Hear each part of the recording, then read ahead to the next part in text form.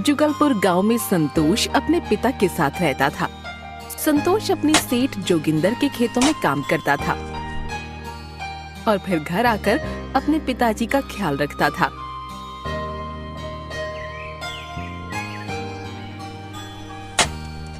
एक दिन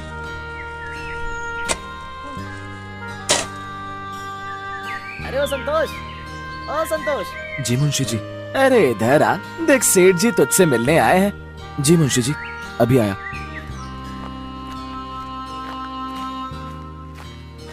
सेठ जी आप यहाँ? कुछ काम था तो आप मुझे बुला लेते। अरे कोई नहीं संतोष, मैं तो यहाँ से जा रहा था, तुझे देखा तो सोचा कि तुझसे मिलता चलूं। और बता तेरे क्या हाल है? बस सेठ जी सही चल रही है। मैंने सुना है कि तू आजकल बहुत ज्यादा ही मेहनत कर रहा है। हाँ सेठ जी, अब अगर मेहनत नहीं करूंगा तो खाऊंगा क्या? आपको तो पता ही है कि घर में बीमार पिताजी को देखना होता है। देख संतोष, मैं तो ये कह रहा था कि तूने इस बार के खेती के पैसे नहीं दिए। देख भाई, अगर तू पैसे नहीं देगा तो मैं अगले महीने से खेत उस लाखन को दे दूंगा। क्या वही लाखन जो बस दिन भर खाता रहता है? वो यहाँ इस खेत में बैठकर धान को खाएगा क्या? अरे सेठ जी, आप लाखन को बता देना, खेती बैठकर खाने से नहीं होती है, बल्कि खेतों में मेहनत करने से होती है। देख भाई संतोष, मैं तेरी बात को समझ रहा हूँ, लेकिन देख मुझे भी तो इन खेतों का किराया चाहिए। अब अगर तू मुझे खेतों का किराया नहीं देगा तो मुझे खेत किसी और को देने ही होंगे। तू किराया दे और फिर देख मैं अगर तुझसे एक खेत ले लूं तो। सेठ जी आप परेशान मत होइए, मैं कल सुबह ही खेतों पर आने से पहले ही आपको पैसे दे दूंगा। चल ठीक है, चलता हूँ मैं अब। और हाँ, मुझे तुझसे एक बात करनी है। जब तू कल घर आएगा तो तुझे बताऊंगा वो बात। ठीक है सेठ जी। ऐसा कहकर सेठ और मुंशी वहाँ से चले जाते हैं। ये आखिर सेठ को मुझसे क्या काम? चलो अब तो कल सुबह सेठ के घर जाकर ही पता चलेगा। सेठ जी, मुझे ये समझ नहीं आया कि आपको संतोष से क्या काम पड़ गया। अरे मुंशी, तुम्हें याद है कि मेरे खेत और हैं। सेठ जी, जितना मुझे याद है कि आपके जितने भी खेत हैं वो सब आपने इन किसानों को दिए हुए हैं। अच्छा याद आया, आप कहीं उस खेत के बारे में तो बात नहीं कर रहे?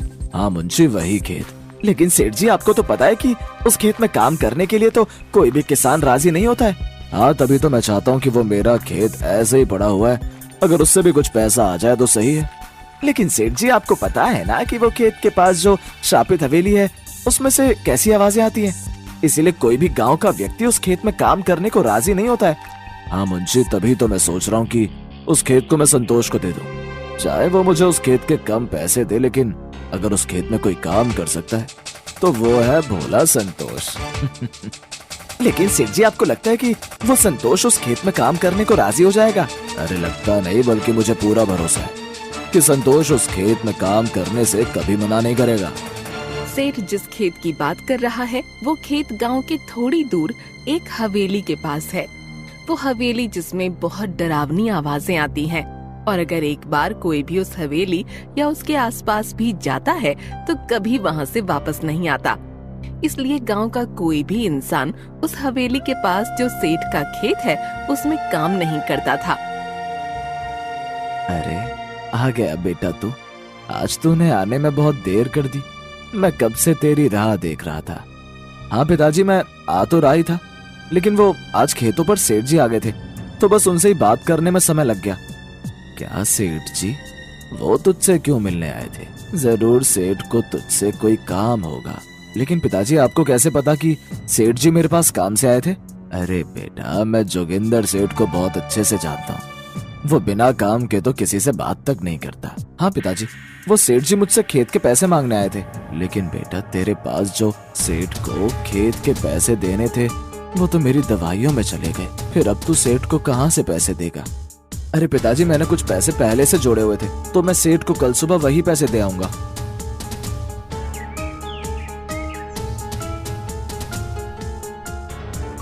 अगले ही दिन संतोष खेत पर जाने से पहले सेठ को पैसे देने उसके घर जाता है।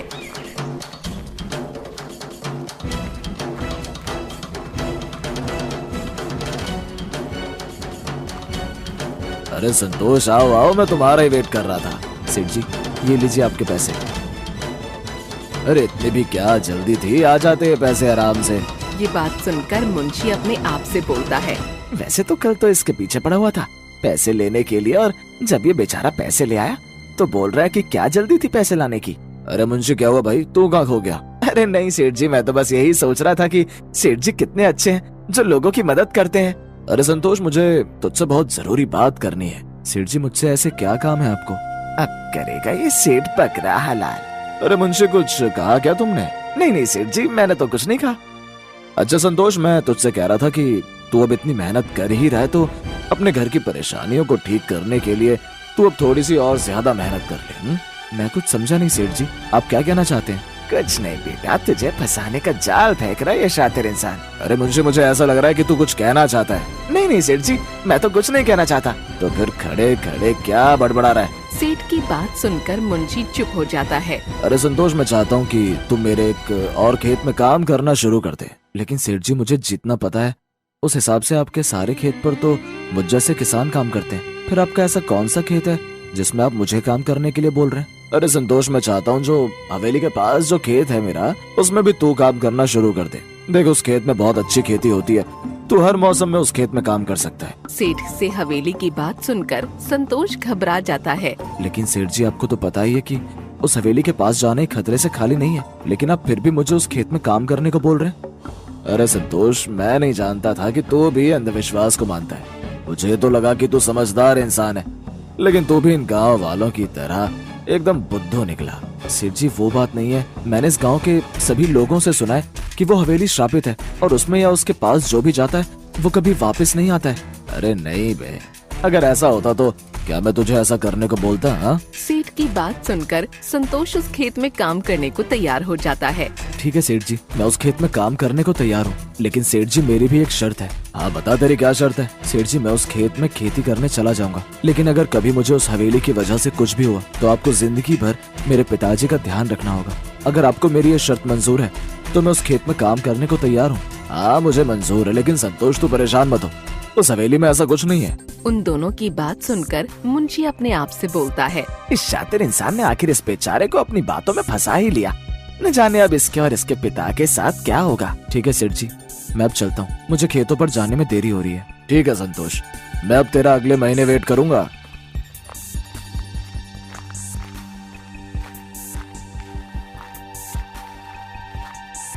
संतोष के हवेली के पास वाले खेतों में काम करने के हाँ करते ही ये बात गांव में फैल जाती है। सभी गांव वाले एक दूसरे से बातें करने लगते हैं।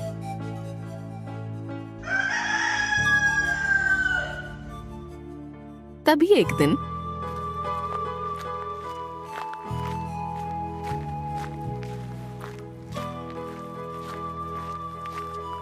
अरे संतोष, मैंने सुना है कि तू अब वो हवेली के पास वाले खेत में काम करेगा। हाँ लाखन भाई, सेठ ने कहा है कि मुझे अगर ज्यादा पैसे कमाने हैं तो मुझे उस खेत में खेती करनी होगी। अरे संतोष भाई, मैंने सुना है कि उस हवेली में हवेली के राजा की आत्मा भटक रही है। तुम्हें डर नहीं लग रहा? मुझे तो सुनने में ही डर लग रहा है। फिर तुम हवेली के पास वाले खेत में काम कैसे करोगे? अरे मीरा भाभी, वो तो बस अफवाह है, वहाँ पर ऐसा कुछ नहीं है।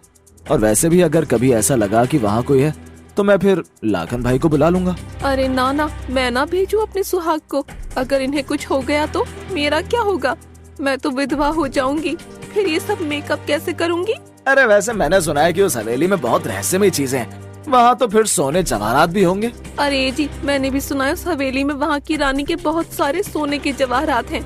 लेकिन अगर कोई भी उस हवेली में गया तो उस राजा की भटकती आत्मा उस इंसान को छोड़ती नहीं है। अरे संतोष, वैसे अगर वो हवेली इतनी मायावी है तो फिर उस हवेली में बहुत सारे खाने के पकवान भी होंगे।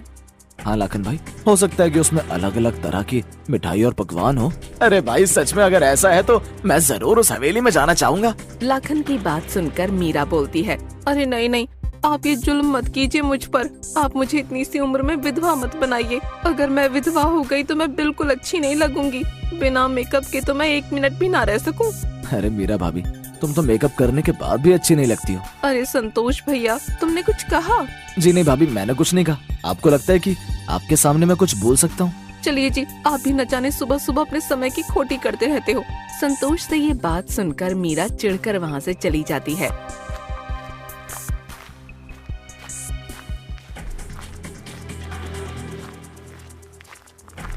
ये मीरा भाभी भी ना, अगर इनका बस चले तो ये तो मेकअप की नदी में ही कूद जाए।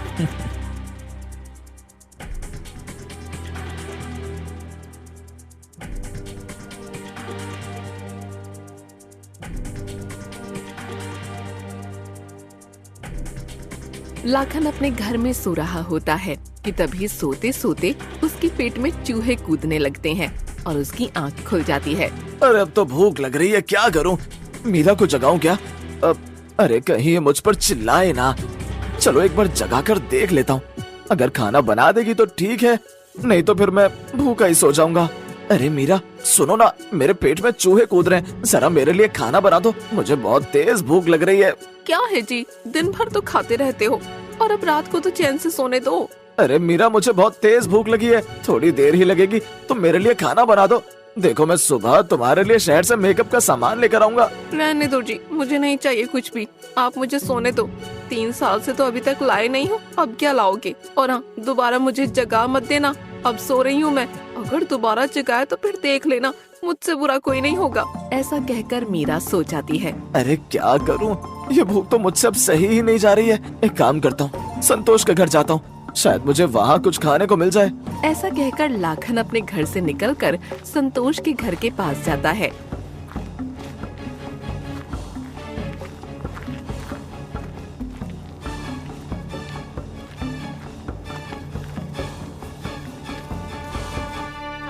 और उसके घर में खिड़की से झांक कर देखता है।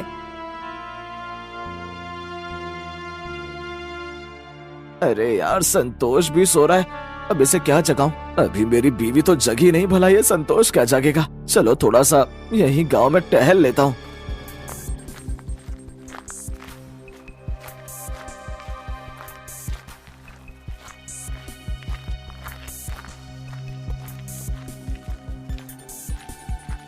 लाखन वहीं संतोष के घर के बाहर टहल रहा होता है कि तभी उसे याद आता है कि वो श्रापित हवेली में उसे कुछ खाने को मिल सकता है। अरे हाँ, मैं तो भूल ही गया, वो जो हवेली है, शायद मुझे उसमें कुछ खाने को मिल जाए। वैसे वो हवेली मायावी है, तो मुझे तो लगता है कि उस हवेली में मिठाइयाँ और बहुत सारे पकवान होंगे। ऐसा कहकर लाखन उस श्रापित हवेली में जा रहा होता है कि तभी उसके पैर से संतोष के घर के बाहर रखा मटका गिर जाता है, जिससे संतोष की आंख खुल जाती है। अरे ये आवाज कैसी आई? बाहर जाकर देखता हूँ, कहीं कोई चोर तो नहीं है। संतोष उठकर बाहर आ रहा होता है कि वो देखता है कि लाखन कहीं जा रहा है। अरे ये तो मुझे लाखन भैया लग रहे हैं, लेकिन ये इतनी रात को अंधेरे में कहाँ जा रहे हैं? संतोष लाखन को आवाज लगाता हुआ उसके पीछे पीछे जाता है, लेकिन लाखन संतोष की बात नहीं सुनता और चलता हुआ हवेली के पास पहुंच जाता है। अरे ये रही वो हवेली। वैसे इस हवेली को देखकर मुझे डर तो लग रहा है, लेकिन ये पेट में चूहे भी तो कूद रहे हैं, क्या पता मुझे अंदर अच्छे अच्छे पकवान खाने को मिल जाए। ऐसा कहकर लाखन उस हवेली के अंदर चला जाता है। संतोष लाखन को हवेली के अंदर जाते हुए देख लेता है। अरे ये लाखन भैया इस हवेली के अंदर क्यों चले गए? अब क्या करूं मैं? मुझे कुछ समझ नहीं आ रहा है, मैं अब क्या करूं? संतोष थोड़ी देर उसी हवेली के पास खड़े होकर लाखन का इंतजार कर रहा होता है। अरे ये लाखन भैया तो अभी तक बाहर नहीं आए, अब मैं क्या करूं? एक काम करता हूं, गांव के सभी लोगों को बुला लेता हूं। संतोष जल्दी जल्दी गांव के अंदर जाता है और गांव के लोगों को इकट्ठा कर लेता है। हाय हाय, ये उस श्रापित हवेली में क्यों चले गए? इनको मैंने कितना मना किया था, न जाने ये इंसान मुझे क्यों विधवा बनाने में लगा हुआ है। हाय अब मैं क्या करूं? अरे संतोष भैया कुछ कीजिए ना, देखिए ना, इनको इस श्रापित हवेली से बाहर लाइए ना। लेकिन मेरा भाभी, मुझे ये समझ नहीं आया कि ये लाखन भैया उस हवेली के अंदर क्यों गए? अरे मुझे पक्का पता है, ये इंसान खाने के लालच की वजह से अंदर गया होगा। आज इसकी वजह से मैं जरूर विधवा हो जाऊंगी। संतोष जैसे ही हवेली के अंदर जाता है, देखता है कि उस हवेली में हर जगह बड़े बड़े सांप होते हैं और लाखन को एक सांप ने अपनी पूंछ में पकड़ा होता है। लाखन की ऐसी हालत देखकर संतोष डर जाता है। अरे ये इतने सारे सांप, और ये इन्होंने लाखन भैया का क्या हाल किया हुआ है? संतोष को देखकर लाखन संतोष से बोलता है। अरे ओ संतोष, संतोष यहाँ देख। अरे लाखन भैया, ये आपको क्या हुआ? और सांप ने आपको ऐसे पकड़ा क्यों हुआ है? संतोष मैं तो यहाँ पर बस पकवान खाने आया था, और देखिए इन सांपों ने मुझे यहाँ पकड़ लिया है। संतोष मुझे बचा, मेरे भाई बचा मुझे। आप रुको, मैं अभी कुछ करता हूँ। संतोष जैसे ही थोड़ा आगे बढ़ता है, तभी एक सांप में से शक्ति निकलती है और वो सांप आधा इंसान का रूप ले लेता है। अरे अरे बेटा, तुम यहाँ कुछ भी कर लो, लेकिन तुम इसको छुड़ा नहीं सकते हो। ये अब मेरा बंदी है। लेकिन नाग देवता जी, आपने लाखन भैया को यहाँ ऐसे बंदी क्यों बनाया हुआ है? ये जो इंसान है, ये यहाँ खाने के लालच में अंदर आया था, और जो कोई भी इंसान किसी भी लालच की वजह से मेरी इस हवेली में आएगा तो वो मेरे इन भूखे सांपों का भोजन बनेगा। लेकिन नाग देवता जी, ये तो बस खाने के लिए ही अंदर आए थे, तो आप इनको ऐसे बंदी नहीं बना सकते हो। तो मुझे जवाब देगा? तुझे नहीं पता, मेरे एक इशारे पर मेरे ये सांप तुझे 1 सेकंड में कच्चा चबा जाएंगे। नाग देवता की बात सुनकर संतोष डर जाता है। अरे मैं अब क्या करूं? मुझे कैसे भी करके लाखन भैया को यहाँ से सही सलामत बाहर ले जाना होगा। अरे क्या हुआ, क्या सोचने लग गया तू? नाग देवता जी, आप चाहे तो मुझे पकड़ लीजिए, लेकिन ये लाखन भैया को छोड़ दीजिए। बाहर इनकी बीवी इनका इंतजार कर रही है। अच्छा, इसकी बीवी इसका इंतजार कर रही है। तू चाहता है कि मैं इसे छोड़कर तुझे पकड़ लूं? क्यों, तेरे घर में तेरा इंतजार करने वाला कोई नहीं है क्या? नाग देवता जी, मेरे घर में मेरे बीमार पिताजी हैं, लेकिन मेरे बाद भी उनकी देखभाल हो जाएगी, क्योंकि मैंने सेठ जी को बोला हुआ है कि अगर इस हवेली की वजह से मुझे कुछ भी हुआ तो वो मेरे पिताजी का ध्यान रखेंगे।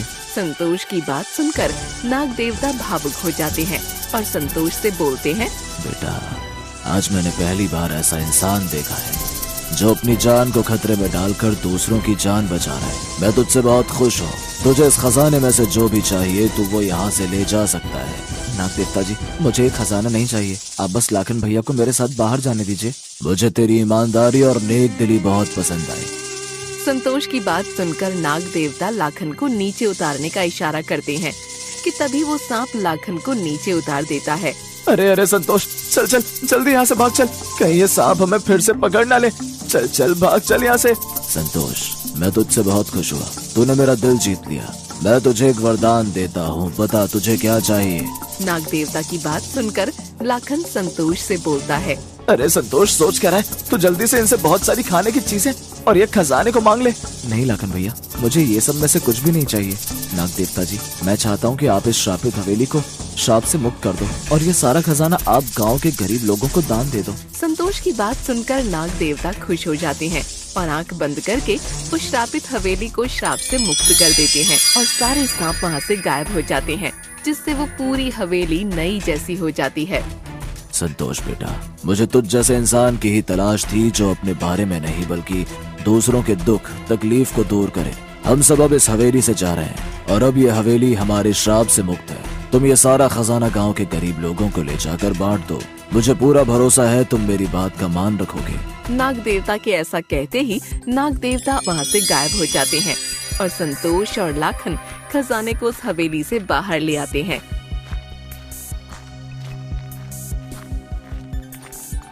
अरे संतोष, ये इतना सारा खजाना और ये हवेली एकदम नई जैसी कैसी हो गई? संतोष सभी गांव वालों को हवेली के अंदर घटित सारी घटना बता देता है कि तभी ये बात सुनकर सेठ संतोष से बोलता है, अरे संतोष, आज तेरी ईमानदारी की वजह से हम गांव वाले इस श्रापित हवेली से मुक्त हो गए। मैं सुबह ही ये सारा खजाना गांव के गरीब लोगों में बंटवा दूंगा। कि तभी मीरा लाखन से बोलती है, अरे जी, आप बच गए।